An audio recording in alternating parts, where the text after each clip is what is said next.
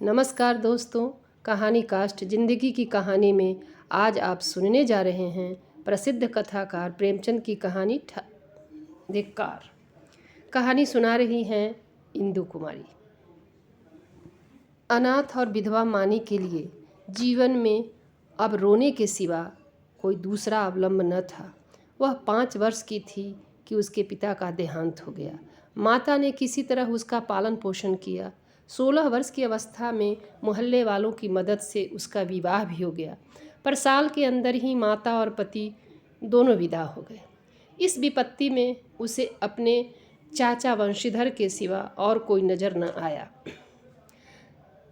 बंशीधर ने अब तक जो व्यवहार किया उससे यह आशा न हो सकती थी कि वहाँ वह शांति के साथ रह सकेगी, पर वह सब कुछ सहने और सब कुछ करने को तैयार थी। वह गाली, झिड़की, मारपीट सब सह लेगी, लेकिन कोई उस पर संदेह तो न करेगा ना, उस पर मिथ्या लांछन तो नहीं न लगाएगा। शोहदों और लुच्चों से तो उसकी रक्षा होगी। बंशीधर को कुल मर्यादा की चिंता हुई, मानी की याचना को अस्वीकार न कर सके। लेकिन 2-4 महीने में ही मानी को मालूम हो गया कि इस घर में बहुत दिनों तक उसका निवाह न होगा। वह घर का सारा काम करती, इशारों पर नाचती, सबको खुश करने की कोशिश करती, पर न जाने क्यों चाचा और चाची दोनों उससे जलते रहते। उसके आते ही महरी अलग कर दी गई। नहाने धुलने के लिए एक लौंडा था, उसे भी जवाब दे दिया गया। पर मानी से इतना उबार होने पर भी चाचा और चाची न जाने क्यों उससे मुंह फुलाए रहते। कभी चाचा घुड़कियाँ जमाते, कभी चाची कोसती, यहाँ तक कि उसकी चचेरी बहन ललिता भी बात बात पर उसे गलिया देती। घर भर में केवल उसके चचेरे भाई गोकुल ही को उससे सहानुभूति थी। उसकी बातों में कुछ स्नेह का परिचय मिलता था। वह अपनी माता का स्वभाव जानता था। अगर वह उसे समझाने की चेष्टा करता या खुल्लम खुल्ला मानी का पक्ष लेता तो मानी को एक घड़ी घर में रहना कठिन हो जाता। इसलिए उसकी सहानुभूति मानी ही को दिलासा देने तक रह जाती थी। वह कहता, बहन मुझे कहीं नौकरी हो जाने दो, फिर तुम्हारे कष्टों का अंत हो जाएगा। तब देखूंगा कौन तुम्हें तिरछी आंखों से देखता है। जब तक पढ़ता हूँ तभी तक तुम्हारे बुरे दिन हैं। मानी स्नेह में डूबी हुई बात सुनकर पुलकित हो जाती और उसका रोआ रोआ गोकुल को आशीर्वाद देने लगता। आज ललिता का विवाह है। सवेरे से ही मेहमानों का आना जाना शुरू हो गया। गहनों की झनकार से घर गूंज रहा है। मानी भी मेहमानों को देख देख कर खुश हो रही है। उसकी देह पर कोई आभूषण नहीं है और न उसे सुंदर कपड़े ही दिए गए हैं, फिर भी उसका मुख प्रसन्न है। आधी रात हो गई थी। विवाह का मुहूर्त निकट आ गया था। जनवासे से पहनावे की चीज़ें आईं। सभी औरतें उत्सुक हो होकर उन चीज़ों को देखने लगीं। ललिता को आभूषण पहनाए जाने लगे। मानी के हृदय में बड़ी इच्छा हुई कि जाकर वधू को देखें।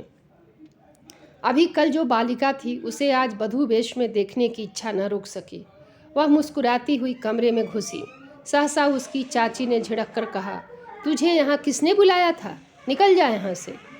मानी ने बड़ी बड़ी यातनाएं सही थीं, पर आज की वह झिड़की उसके हृदय में बाण की तरह चुभ गई। उसका मन उसे धिक्कारने लगा।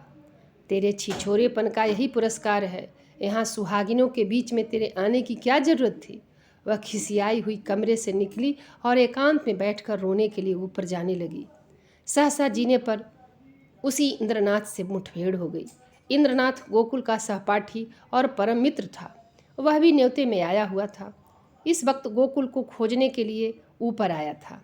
मानी को वह 2 बार देख चुका था और यह भी जानता था कि यहाँ बड़ा दुर्व्यवहार किया जाता है। चाची की बातों की भनक उसके कान में भी पड़ गई थी। मानी को ऊपर जाते देखकर वह उसके चित्त का भाव समझ गया और उसे सांत्वना देने के लिए ऊपर आया, मगर दरवाज़ा भीतर से बंद था। उसने किवाड़ की दरार से भीतर झांका। मानी मेज के पास खड़ी रो रही थी। उसने धीरे से कहा, मानी द्वार खोल दो। मानी उसकी आवाज़ सुनकर कोने में छिप गई और गंभीर स्वर में बोली, क्या काम है? इंद्रनाथ ने गदगद स्वर में कहा, तुम्हारे पैरों पड़ता हूँ मानी, खोल दो। यह स्नेह में डूबा हुआ विनय मानी के लिए अभूतपूर्व था। उस निर्दय संसार में कोई उससे ऐसे विनती भी कर सकता है, इसकी उसने स्वप्न में भी कल्पना न की थी। मानी ने कांपते हुए हाथों से द्वार खोल दिया। इंद्रनाथ झपटकर कमरे में घुसा। देखा कि छत के कड़े से एक रस्सी लटक रही है। उसका हृदय कांप उठा। उसने तुरंत जेब से चाकू निकालकर रस्सी काट दी और बोला, क्या करने जा रही थी मानी? जानती हो इस अपराध का क्या दंड है? मानी ने गर्दन झुकाकर कहा, इस दंड से कोई और दंड कठोर हो सकता है? जिसकी सूरत से लोगों को घृणा है, उसे मरने के लिए भी अगर कठोर दंड दिया जाए तो मैं यही कहूँगी कि ईश्वर के दरबार में न्याय का नाम भी नहीं है। इंद्रनाथ की आंखें सजल हो गईं। मानी की बातों में कितना कठोर सत्य भरा हुआ था। बोला, सदा ये दिन नहीं रहेंगे मानी। अगर तुम यह समझ रही हो कि संसार में तुम्हारा कोई नहीं है तो यह तुम्हारा भ्रम है। संसार में कम से कम एक मनुष्य ऐसा है जिसे तुम्हारे प्राणों से भी प्यारे हैं। सहसा गोकुल आता हुआ दिखाई दिया।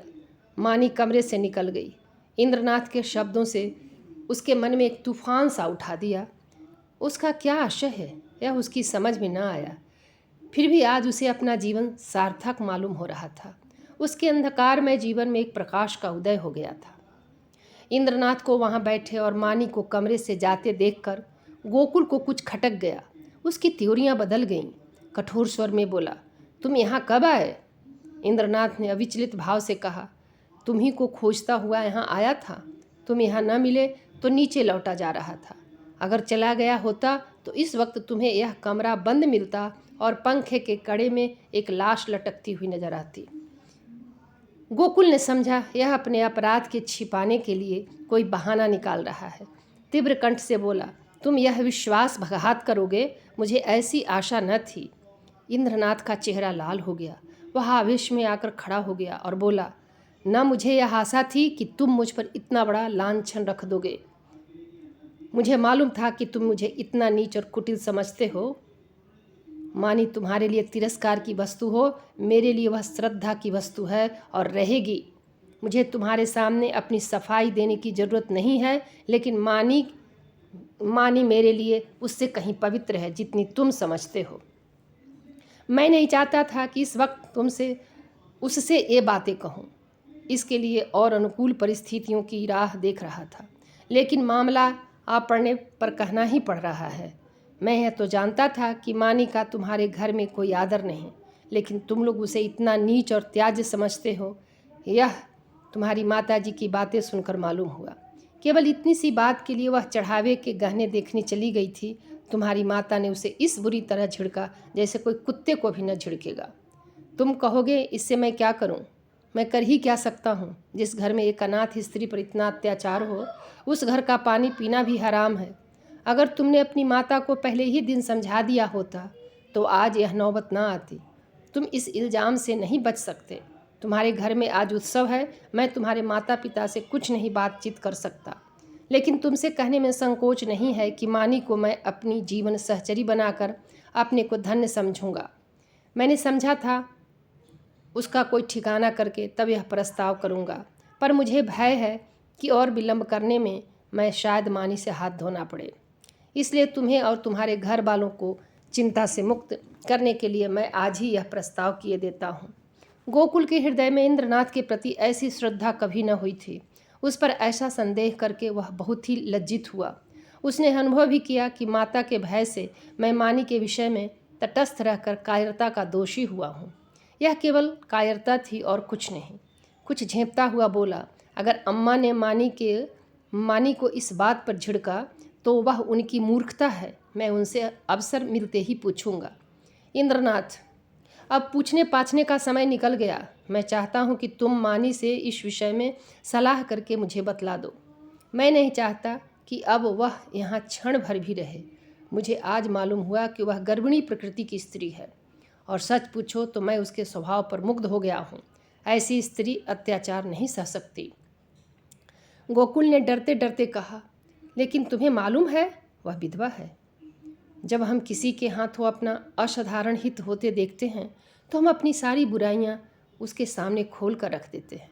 हम उसे दिखाना चाहते हैं कि हम आपकी इस कृपा के सर्वथा योग्य नहीं हैं। इंद्रनाथ ने मुस्कुरा कर कहा, जानता हूँ, सुन चुका हूँ, और इसीलिए तुम्हारे बाबूजी से कुछ कहने का मुझे अब तक साहस नहीं हुआ।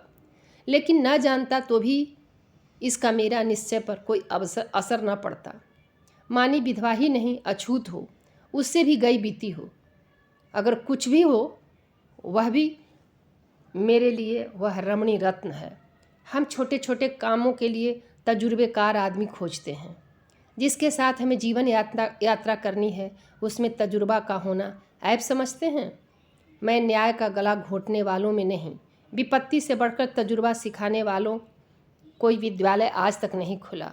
जिसने इस विद्यालय में डिग्री ले ली, उसके हाथों में हम होकर जीवन की बागडोर दे सकते हैं। किसी रमणी का विधवा होना मेरी आंखों में दोष नहीं, गुण है। गोकुल ने पूछा, अगर तुम्हारे घर वाले आपत्ति करें तो? इंद्रनाथ ने प्रसन्न होकर कहा, मैं अपने घर वालों को इतना मूर्ख नहीं समझता कि इस विषय में आपत्ति करें, लेकिन वे आपत्ति करें भी तो मैं अपनी किस्मत अपने हाथ में ही रखना पसंद करता हूँ। मेरे बड़ों को मुझ पर अनेकों अधिकार हैं।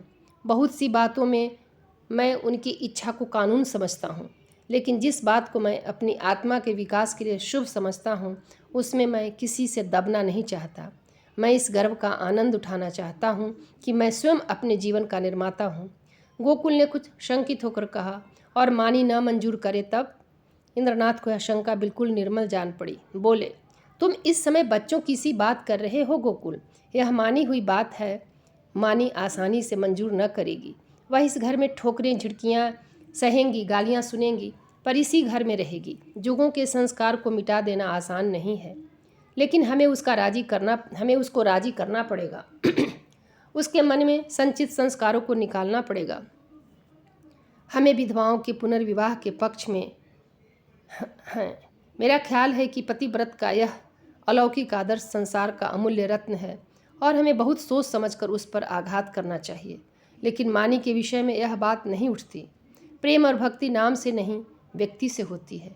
जिस पुरुष से उसने सूरत भी नहीं देखी, उससे उसे प्रेम नहीं हो सकता। केवल रस्म की बात है। इस आडंबर की, इस दिखावे की हमें परवाह नहीं करनी चाहिए। देखो, शायद कोई तुम्हें बुला रहा है। मैं भी जा रहा हूँ। 2-3 दिन में फिर मिलूँगा, मगर ऐसा न हो कि तुम संकोच में पड़कर सोचते विचारते रह जाओ और दिन निकलते चले जाएं। गोकुल ने उसके गले में हाथ डालकर कहा, मैं परसों खुद ही आऊँगा। बारात विदा हो गई थी, मेहमान भी रुखसत हो गए। रात के 9 बज गए थे। विवाह के बाद की नींद मशहूर है। घर के सभी लोग सरे शाम सो रहे थे, कोई चारपाई पर, कोई तख्त पर, कोई ज़मीन पर, जिसे जहाँ जगह मिल गई वहीं सो रहा था। केवल मानी घर की देखभाल कर रही थी और ऊपर गोकुल अपने कमरे में बैठा हुआ समाचार पढ़ रहा था। सहसा गोकुल ने पुकारा, मानी, एक गिलास ठंडा पानी तो लाना, प्यास लगी है। मानी पानी लेकर ऊपर गई और मेज पर पानी रखकर लौटना ही चाहती थी कि गोकुल ने कहा, जरा ठहरो मानी, हम तुमसे कुछ कहना है। मानी ने कहा, अभी फुर्सत नहीं है भाई, सारा घर सो रहा है, कहीं कोई घुस आए तो लोटा थाली भी न बचे। गोकुल ने कहा, घुस आने दो, मैं तुम्हारी जगह होता तो चोरों से मिलकर चोरी करवा देता। मुझे इसी वक्त इंद्रनाथ से मिलना है। मैंने उससे आज मिलने का वचन दिया है। देखो, संकोच मत करना। जो बात पूछ रहा हूँ उसका जल्द उत्तर देना। देर होगी तो वह घबराएगा। इंद्रनाथ को तुमसे प्रेम है, यह तुम जानती हो ना? मानी ने मुंह फेर कर कहा, यही बात कहने के लिए मुझे बुलाया था? मैं कुछ नहीं जानती। गोकुल, खैर, यह जानो तुम या वो, वह तुमसे विवाह करना चाहता है। वैदिक रीति से विवाह होगा, तुम्हें स्वीकार है? मानी की गर्दन शर्म से झुक गई। वह कुछ जवाब न दे सकी। गोकुल ने फिर कहा, दादा और अम्मा से यह बात नहीं कही गई, इसका कारण तुम जानती ही हो। वह तुम्हें घुड़कियाँ दे देकर जला कर चाहे मार डालें, पर विवाह करने की सम्मति कभी नहीं देंगे। इससे उनकी नाक कट जाएगी। इसलिए अब इसका निर्णय तुम्हारे ही ऊपर है। मैं तो समझता हूँ तुम्हें स्वीकार कर लेना चाहिए। इंद्रनाथ तुमसे प्रेम करता ही है।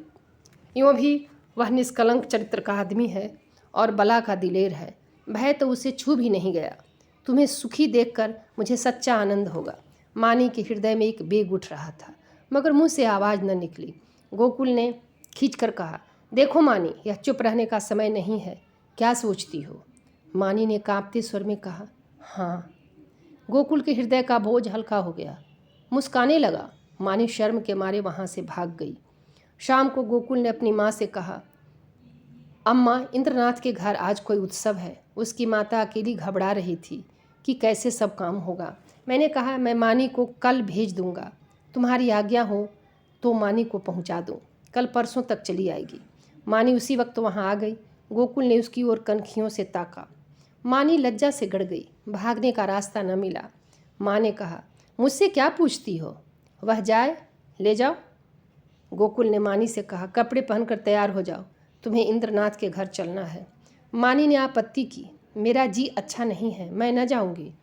गोकुल की माँ ने कहा, चली क्यों नहीं जाती, क्या वहाँ कोई पहाड़ खोदना है।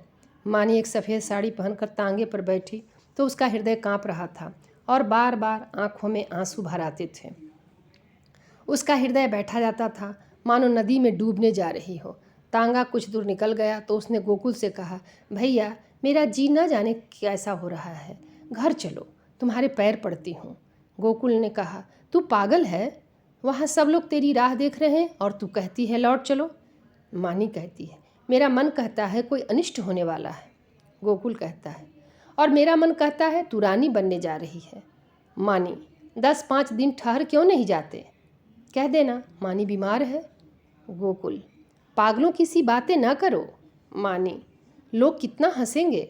गोकुल, मैं शुभ कार्य के किसी की हंसी की परवाह नहीं करता। मानी, अम्मा तुम्हें घर में घुसने न देंगी, मेरे कारण तुम्हें भी झिड़कियाँ मिलेंगी। गोकुल, इसकी कोई परवाह नहीं है, उसकी तो यह आदत ही है। तांगा पहुंच गया। इंद्रनाथ की माता विचारशील महिला थी। उन्होंने आकर बधू को उतारा और भीतर ले गई। गोकुल वहाँ से घर चला तो 11 बज रहे थे।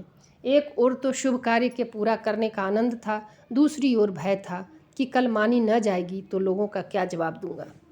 उसने निश्चय किया, चलकर साफ साफ कह दूं, छिपाना व्यर्थ है, आज नहीं तो कल, कल नहीं तो परसों, सब कुछ कहना ही पड़ेगा, तो आज ही क्यों न कह दूं। यह निश्चय करके घर में दाखिल हुआ।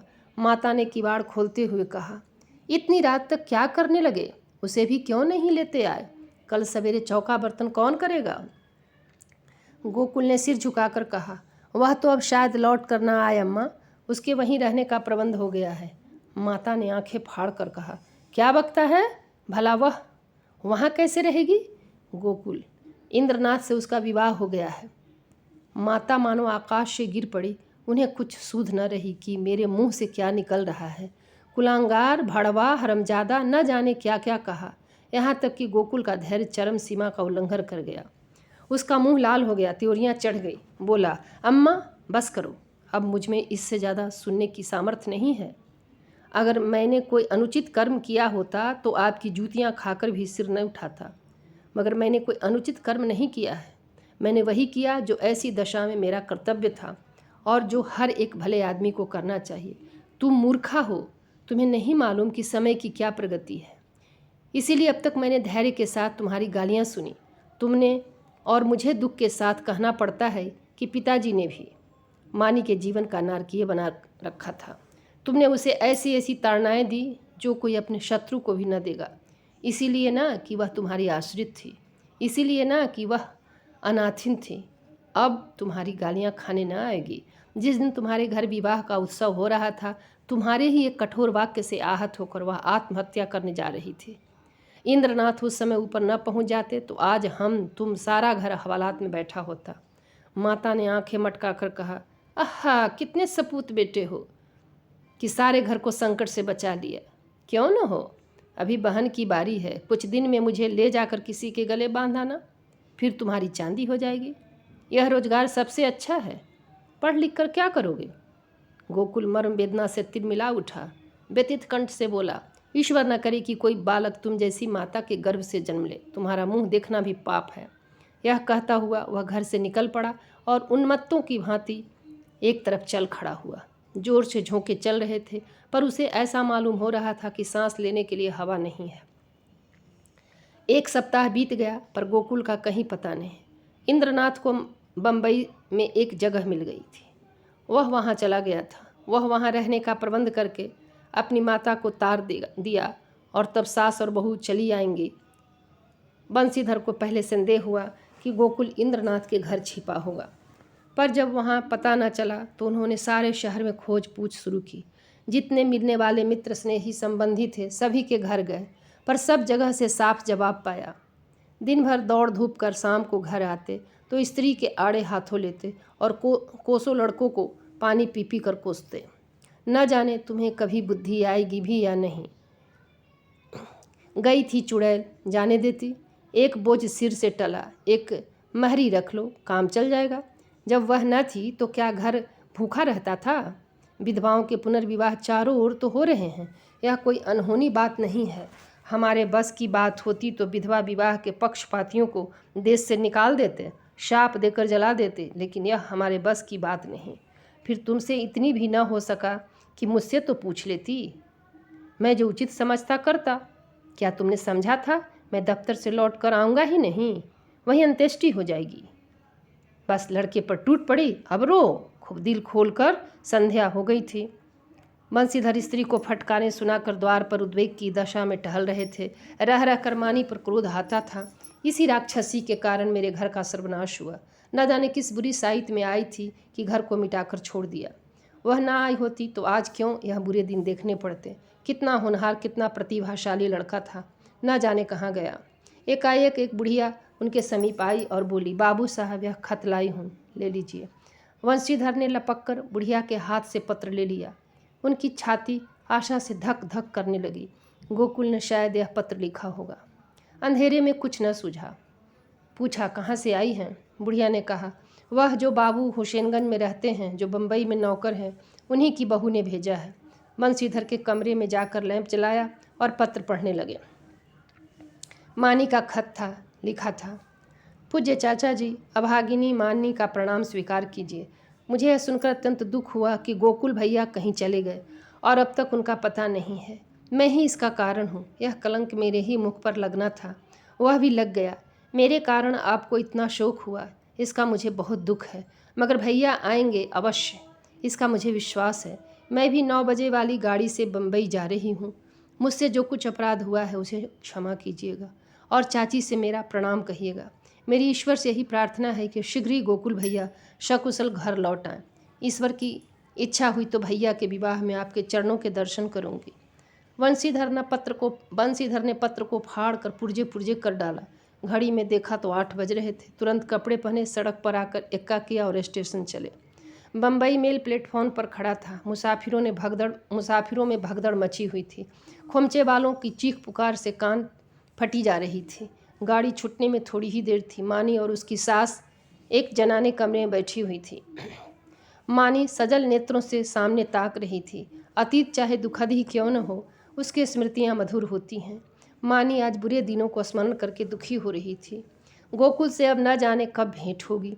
चाचा जी आ जाते तो उनके दर्शन कर लेती। कभी कभी बिगड़ते थे तो क्या उसके भले के लिए ही तो डांटते थे। वह आवेंगे नहीं, अब तो गाड़ी छूटने में थोड़ी ही देर है। कैसे आएँ? समाज में हलचल न मच जाएगी? भगवान की इच्छा होगी तो अब की जब यहाँ आऊँगी तो ज़रूर उनके दर्शन करूँगी। एकाएक उसने लाला बंसीधर को आते देखा। वह गाड़ी से निकलकर बाहर खड़ी हो गई और चाचा जी की ओर बढ़ी। चरणों पर गिरना चाहती थी कि वह पीछे हट गए और आंखें निकाल कर बोले, मुझे मत छू, दूर रह, अभागिनी कहीं की। मुख की कालिख लगाकर मुझे पत्र लिखती है। तुझे मौत नहीं आती? तूने मेरे कुल का सर्वनाश कर दिया। आज तक गोकुल का पता नहीं है। तेरे कारण वह घर से निकला और तू अभी तक मेरी छाती पर मूंग दलने को बैठी है। तेरे लिए क्या गंगा में पानी नहीं है? मैं तुझे उल्टा ऐसी हरजाई समझता तो पहले दिन तेरा गला घोंट देता। अब मुझे अपनी भक्ति दिखलानी चली है। तेरे जैसी पापष्ठाओं का मरना ही अच्छा है। पृथ्वी का बोझ कम हो जाएगा। प्लेटफॉर्म पर सैकड़ों आदमियों की भीड़ लग गई थी और बंसीधर निर्लज्ज भाव से गालियों की बौछार कर रहे थे। किसी की समझ में न आता था क्या माजरा है, पर मन से सबको लाला को धिक्कार रहे थे। मानी पाषाण मूर्ति के समान खड़ी थी, मानो वहीं जम गई हो। उसका सारा अभिमान चूर चूर हो गया। ऐसा जी चाहता था धरती फट जाए और मैं समा जाऊं। कोई वज्र गिरकर उसके अधम जीवन का अंत कर दे। इतने आदमियों के सामने उसका पानी उतर गया। उसी आंखों से पानी की एक बूंद भी न निकला। हृदय में आंसू न थे। उसकी जगह एक दावानल दहक रहा था, जो मानो बेग से मस्तिष्क की ओर बढ़ता चला जाता था। संसार में कौन जीवन इतना अधम होगा? सास ने पुकारा, बहू अंदर आ जाओ। गाड़ी चली तो माता ने कहा, ऐसा बेशर्म आदमी नहीं देखा। मुझे तो ऐसा क्रोध आ रहा था कि उसका मुंह नोच लूं। मानी ने सिर ऊपर न उठाया। माता फिर बोली, न जाने इन सड़ियलों को बुद्धि कब आएगी, अब तो मरने के दिन भी आ गए। पूछो तेरा लड़का भागे तो हम क्या करें? अगर ऐसे पापी न होते तो यह वज्र क्यों गिरता? मानी ने फिर भी मुंह न खोला। शायद उसे कुछ सुनाई ही न दिया था, शायद उसे अपने अस्तित्व का ज्ञान भी न था। वह टकटकी लगाए खिड़की की ओर ताक रही थी। उस अंधकार में जाने क्या सूझ रहा था। कानपुर आया। माता ने पूछा, बेटी कुछ खाओगी? थोड़ी सी मिठाई खा लो, 10 कब के बज गए। मानी ने कहा, अभी तो भूख नहीं है अम्मा, फिर खा लूँगी।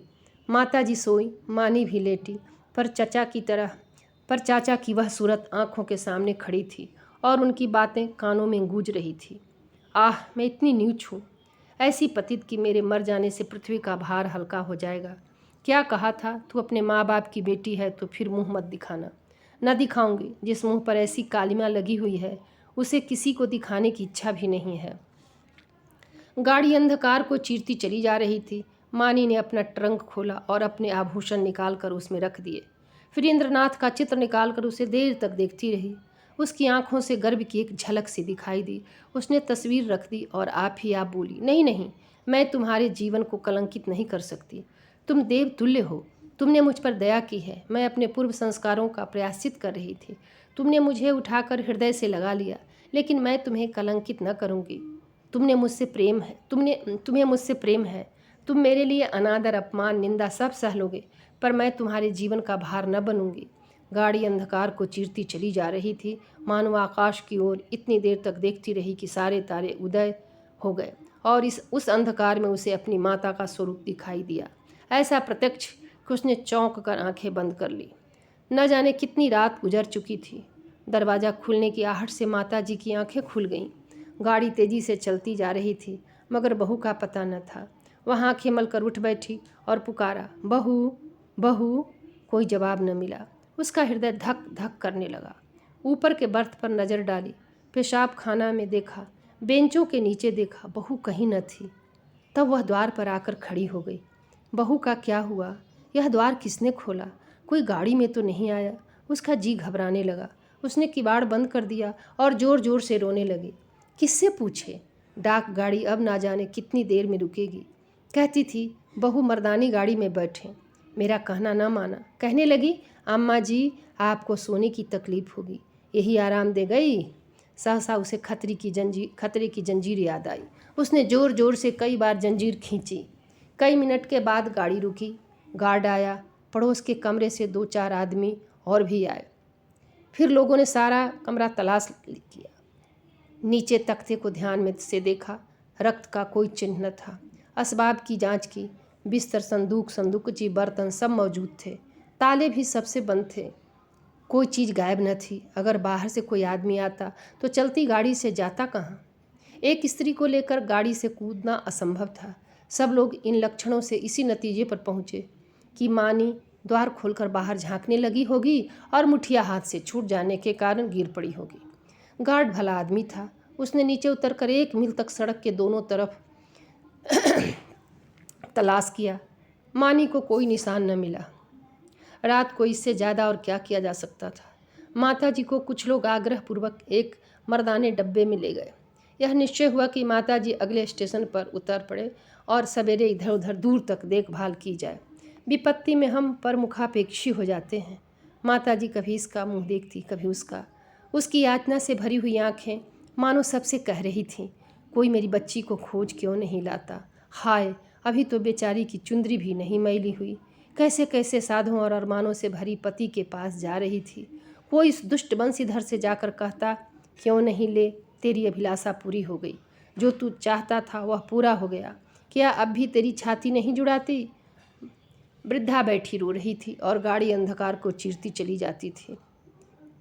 रविवार का दिन था। संध्या समय इंद्रनाथ 2-3 मित्रों के साथ अपने घर की छत पर बैठा हुआ था। आपस में हास परिहास हो रहा था। मानी का आगमन इस परिहास का विषय था।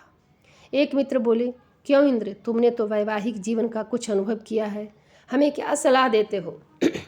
बनाए कहीं घोंसला या यूं ही डालियों पर बैठे बैठे दिन काटे? पत्र पत्रिकाओं को देखकर तो यही मालूम होता है कि वैवाहिक जीवन और नरक में कुछ थोड़ा ही सा अंतर है। इंद्रनाथ ने मुस्कुराकर कहा, यह तो तकदीर का खेल है भाई, 16वां आना तकदीर का। अगर एक दशा में वैवाहिक जीवन नरक तुल्य है तो दूसरी दशा में स्वर्ग से कम नहीं। दूसरे मित्र बोल, इतनी आज़ादी तो भला क्या होगी? इंद्रनाथ, इतनी क्या, इसका शतांश भी न रहेगी। अगर तुम रोज़ सिनेमा देखकर 12 बजे लौटना चाहते हो, 9 बजे सोकर उठना चाहते हो और दफ्तर से 4 बजे लौटकर ताश खेलना चाहते हो तो तुम्हें विवाह करने से कोई सुख न होगा। और जो हर महीने सूट बनवाते हो तब शायद साल भर भी न बनवा सको। श्रीमती जी तो आज रात की गाड़ी से आ रही हैं? हाँ, मेल से। मेरे साथ चलकर उन्हें रिसीव करोगे ना? यह भी पूछने की बात है। अब घर कौन जाता है, मगर कल दावत खिलानी पड़ेगी। सहसा तार के चपरासी ने आकर इंद्रनाथ के हाथ में तार का लिफाफा रख दिया। इंद्रनाथ का चेहरा खिल उठा, झट तार खोलकर पढ़ने लगा। एक बार पढ़ते ही उसका हृदय धक हो गया, सांसें रुक गईं, सिर घूमने लगा, आंखों की रोशनी लुप्त हो गई, जैसे विश्व पर काला पर्दा पड़ गया हो। उसने तार को मित्रों के सामने फेंक दिया और दोनों हाथों से मुंह ढांप कर फूट फूट कर रोने लगा। दोनों मित्रों ने घबराकर तार उठा लिया और उसे पढ़ते ही हतबुद्धि से हो दीवार की ओर ताकने लगा। क्या सोच रहे थे और क्या हो गया? तार में लिखा था, मानी गाड़ी से कूद पड़ी, उसकी लाश लालपुर से 3 मील पर पाई गई। मैं लालपुर में हूँ, तुरंत आओ। एक मित्र ने कहा, किसी शत्रु ने झूठी खबर न भेज दी हो? दूसरे मित्र ने बोला, हाँ, कभी कभी लोग ऐसी हर शरारतें करते हैं। इंद्रनाथ ने शून्य नेत्रों से उनकी ओर देखा, पर मुंह से कुछ बोले नहीं। कई मिनट तीनों आदमी निर्वाक निष्पंद बैठे रहे। एकाएक इंद्रनाथ खड़े हो गए और बोले, मैं इस गाड़ी से जाऊंगा, बम्बई से 9 बजे को गाड़ी छूटती है। दोनों ने चटपट बिस्तर आदि बांध कर तैयार कर दिया। एक ने बिस्तर उठाया, दूसरे ने ट्रंक। इंद्रनाथ ने चटपट कपड़े पहने और स्टेशन चले। निराशा आगे थी, आशा रोती हुई पीछे। 1 सप्ताह गुजर गया था। लाला वंशीधर दफ्तर से आकर द्वार पर बैठे ही थे कि इंद्रनाथ ने आकर प्रणाम किया। बंशीधर उसे देखकर चौंक पड़े, उसके अनपेक्षित आगमन पर नहीं, उसकी विकृत दशा पर। मानो वीतराग शोक सामने खड़ा हो, मानो कोई हृदय से निकली हुई आह मूर्तिमान हो गई हो। बंशीधर ने पूछा, तुम तो बम्बई चले गए थे ना? इंद्रनाथ ने जवाब दिया, जी हाँ, आज ही आया हूँ। बंशीधर ने तीखे स्वर में कहा, गोकुल को तो तुम ले भी थे, तुमसे कहाँ उसकी भेंट हुई? क्या बम्बई चला गया था? जी नहीं, कल मैं गाड़ी से उतरा तो स्टेशन पर मिल गए। तो जाकर लिवी लाओ ना। जो किया अच्छा किया, यह कहते हुए वह घर में दौड़े। एक क्षण में गोकुल की माता ने उसे अंदर बुलाया। वह अंदर गया तो माता ने उसे सिर से पांव तक देखा। तुम बीमार थे क्या भैया? इंद्रनाथ ने हाथ मुंह धोते हुए कहा, मैंने तो कहा था चलो, लेकिन डर के मारे नहीं आते। और था कहाँ इतने दिन? कहते थे देहातों में घूमता रहा। तो क्या तुम अकेले बम्बई से आए हो? जी नहीं, अम्मा भी आई हैं। गोकुल की माता ने कुछ सकचाकर पूछा, मानी तो अच्छी तरह है ना? इंद्रनाथ ने हंसकर कहा, जी हाँ, अब वह बड़े सुख से हैं, संसार के बंधनों से छूट गई। माता ने अविश्वास करके कहा, जी हाँ, अब वह बड़े सुख से है, संसार के बंधनों से छूट गई। माता ने अविश्वास करके कहा, चल नटखट कहीं का, बेचारी को कोस रहा है, मगर जल्दी बम्बई से लौट क्यों आए? इंद्रनाथ ने मुस्कुराते हुए कहा, क्या करता, माताजी का तार बम्बई में मिला कि मानी ने गाड़ी से कूदकर प्राण दे दिए। वह लालपुर में पड़ी हुई थी, दौड़ा हुआ आया, वहीं दाह क्रिया की, आज घर चला आया। अब मेरा अपराध क्षमा कीजिए। वह और कुछ न कह सका। आंसुओं के बेग ने गला बंद कर दिया। जेब से एक पत्र निकाल कर माता के सामने रखता हुआ बोला, उसके संदूक में यही पत्र मिला है। गोकुल की माता कई मिनट तक मर्माहत सी बैठी जमीन की ओर ताकती रही। शोक और उससे अधिक पश्चाताप ने सिर को दबा रखा था। फिर पत्र उठाकर पढ़ने लगी, स्वामी, जब यह पत्र आपके हाथों में पहुँचेगा तब तक मैं इस संसार से विदा हो जाऊंगी। मैं बड़ी अभागिन हूँ, मेरे लिए संसार में स्थान नहीं है। आपको भी मेरे कारण क्लेश और निंदा ही मिलेगी। मैंने सोच कर देखा और यही निश्चय किया कि मेरे लिए मरना ही अच्छा है। मुझ पर आपने जो दया की थी उसके लिए आपको क्या प्रतिदान करूं? जीवन में मैंने कभी किसी वस्तु की इच्छा नहीं की, परंतु मुझे दुख है कि आपके चरणों पर सिर रख कर न मर सकी। मेरी अंतिम याचना है कि मेरे लिए आप शोक न कीजिएगा। ईश्वर आपको सदा सुखी रखे। माताजी ने पत्र रख दिया और आंखों से आंसू बहने लगे। बरामदे में बंशीधर निष्पंद खड़े थे और जैसे मानी लज्जानत उनके सामने खड़ी थी। तो इस प्रकार थी आज की कहानी। धन्यवाद।